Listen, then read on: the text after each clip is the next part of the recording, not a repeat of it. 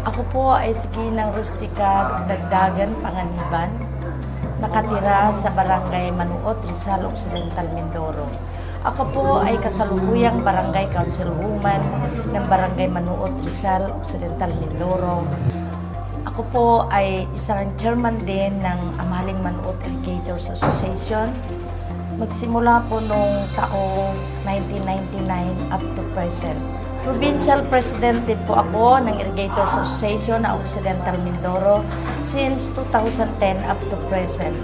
Naging MAPSI Chairman po ako noong 2002 up hanggang 2012 na kung saan noong 2008 ay nakamit ko ang Best Citation ng MAPSI nationwide at naging Regional Awardee po ako ng MAPSI sa Regional 4B.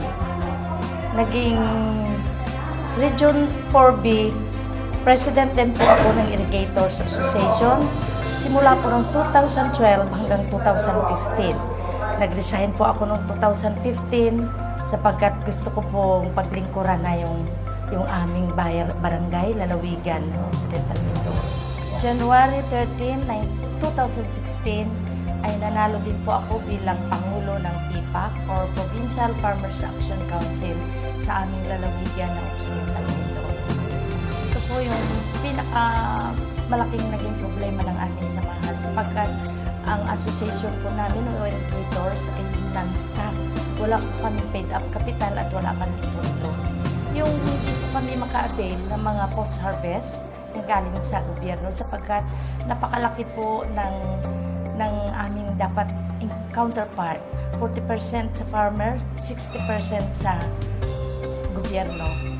Isa po ako sa nagtanong at ako yung nagtanong kay Secretary Alcala doon sa Nueva Ecija noong makinasaka 2010 na kung pwede po Secretary Rosie mabawasan ng konti yung counterpart ng magsasaka para ma-avail naming mahihirap na association na walang pondo, ma-avail namin ang mga post-harvest tulad ng mga hand tractor with trailer or yung traktora, four-wheel, sa maliit lang na halaga. Kunti lang po yung aking hiniling na ibawas. Hindi pa ako nagsabi ng presyo. Subalit sumagot po agad-agad si Secretary Prosi, okay, Chairman, gagawin natin 15% lang ang counterpart ng farmer, 85% ang gobyerno. Kaya masayang-masaya po ang buong nakikinig na nandun po kami mga asosasyon, iba't ibang co-ops na kung saan naaprubahan po at inaprubahan agad-agad ni Secretary. 15% lang yung aming babayaran sa post-harvest at isang buwan lang po ay naaprubahan na ibigay na sa amin. O kaya gumawa po kami kaagad-agad ng resolusyon na 15% lang yung aming babayaran. Kapag 1 million po yung traktora, 150,000 lang po yung counterpart ng farmer. Yun po yung pinakamahalagang problema na natugunan po ng ating sekretary. Malaki po ang naging benepisyo para sa aming mga magsasaka sapagkat dati po, nung wala po kami mga post-harvest, yung tradisyon lang po namin ginagamit kalabaw at yun din po yung nagsusuyod, yung naglilinang na matagal po bago siya madurog, bago siya maging malinis sa malinis. Subalit sa post-harvest po, tulad ng traktora, ng hand tractor with trailer, ay napabilis po ang paglinang at paglinis ng aming mga bukirin at napakalinis pa sa loob lamang po na isang linggo ay pwede nang magtanim, malinis sa malinis na. At doon din po namin nadama na nung malinis talaga ang pagkakalinis ng bukirin, napakaganda po ng ani.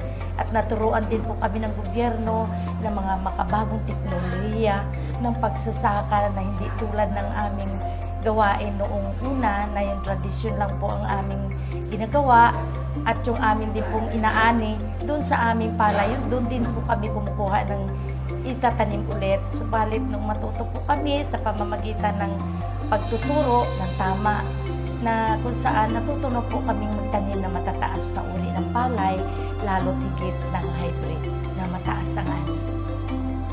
Noon po talaga, damang-dama po namin lahat na magsasaka, parang isang yung aping-api na yung mga gustong mangyari ng magsasaka, hindi ko nabibigyan ng pansin. Madalang po. Subalit ngayon, magsimula ng maganda ng administrasyon ay parang may boses na kami mga, hindi lang parang, talaga may boses na po kami mga magsasaka.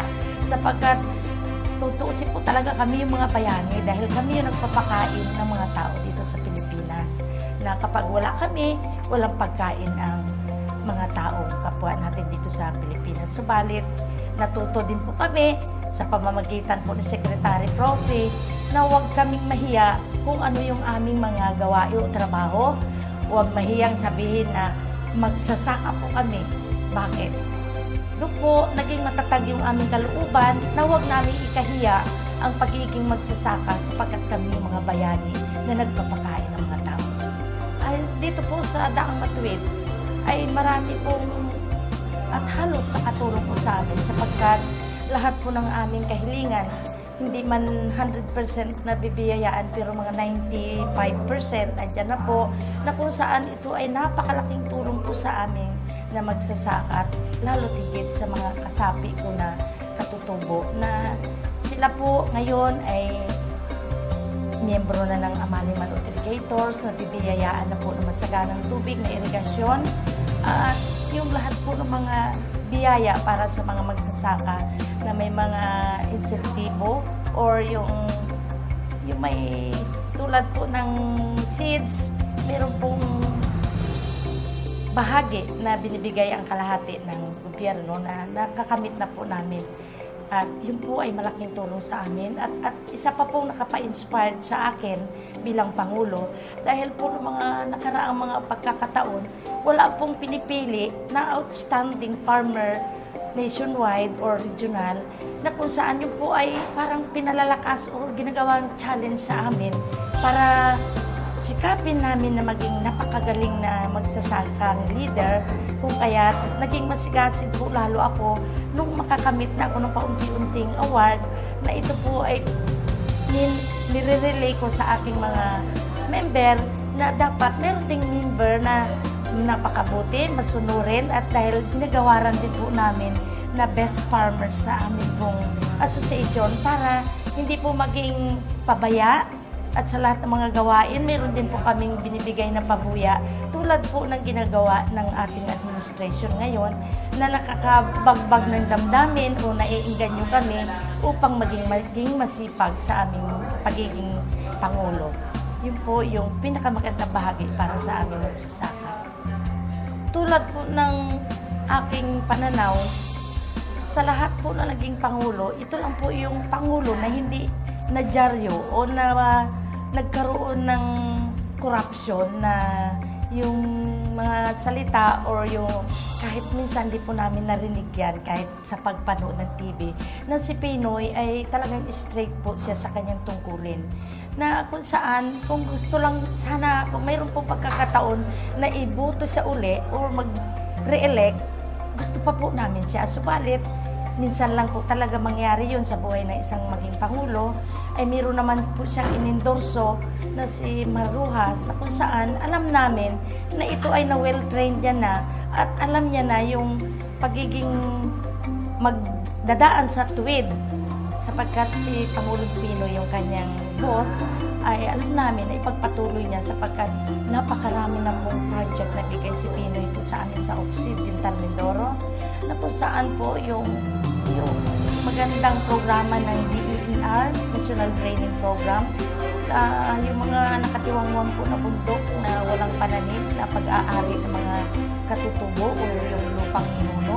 Ngayon po ay nabigyan na po kami ng project ni Pinoy na kung saan yung mga katutubo ko ay isa na sa nabibiyayaan ngayon na gusto po namin na tuloy-tuloy po itong gagawin dahil maluang pa po yung aming dapat taniman na sana yung endorso ni Pangulong Pinoy ang manalo at sisikapin po namin na talagang ginagawa na namin na mga isang buwan na po kami district na naglilibot sa Occidental Mindoro. Talaga pong maruhas po kami sa aming lalawigan dahil gusto namin ipagpatuloy yung magagandang project dahil nangangamba po kami kapag iba na, iba rin yung kanilang mga agenda sa pagpupo nila.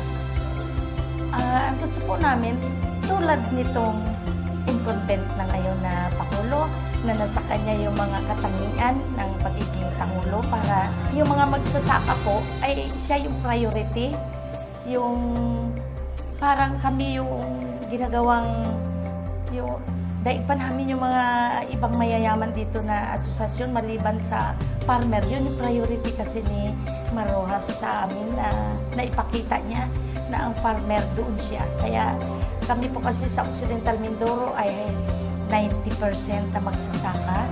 Kung kaya yung mga gawain po ni Pinoy na ipagpapatuloy ni Marojas, yun po yung aming nagustuhan. Ang ayaw po namin sa Occidental Mindoro at sa Region 4B ay yung matatapang na Pangulo sapagkat yung amin pong mga kababayan, lalo tigit po sa mga katutubo, ay natatakot. Lalo't pag sinabi na sa loob lang ng 6 na buwan ay tatapusin niya o sasagutan niya na ng katugunan na ang mga masasamang tao. Hindi naman po patay ng mga malalaking tao yan, yung maliliit lang. O kaya po ayaw namin yung matapang, ayaw rin namin yung maraming kaso o yung mga illegal, yung corrupt. Ayaw din po namin yan sapagkat hindi po namin nakita at narinig sa Pangulong Pinoy yung korupsyon. At ayaw rin po namin yung maraming pangako na pag siya ay nanalo, mga 1 buwan lang, makikilala na ang Pilipinas. Dati naman pong kilala na ang Pilipinas. Kaya yung mga ganong pangako, naiiahon niya ang Pilipinas. Naiiahon na rin po ng ating administrasyon na hindi dapat yung mga ganon yung pangako. Gusto po namin yung bigyan ng pansin yung mga magsasaka. Kung ano yung magagawang tulong para umunlad ang mga magsasaka tulad namin. Para po sa amin, sa Occidental Mindoro, magsimula po nitong administrasyon ni Pangulo, medyo umangat na rin po kami sa aming pamumuhay at higit ng aming samahan ng irrigators. Subalit, hindi po doon nagtatapos. Gusto pa po namin madugtungan yung pag-angat, na unti-unti pag-angat, kapag wala pong bumaba ang antas ng mga magsasaka sa amin. Kung hindi umangat, hindi naman po kami umangat na number 1, hindi rin po kami bumaba sa ibabang baba, kundi nasa gitna na po kami, na kung saan gusto pa namin mas umangat pa para lalong gumanda ang buhay namin mga magsasaka at hindi namin ikinahihiya na kami ay isang magsasaka sa buong mundo. Ako po, si Gina Rustica Panganiban na Barangay Manuot, Rizal Occidental, Mindoro, ay naniniwala na ang daang matuwid ang siyang inaasahan namin na umunlad ang aming lalawigan. Kung kaya't inaasahan po namin na si Marojas sa daang matuwid ay pagpatuloy niya ang nasimulang magagandang proyekto, mga gawain para sa amin ng Pangulong Pinoy, para sa matuwid na daan upang umangat lalo ang aming samahan higit sa lahat ng magsasaka ng Occidental Mindoro.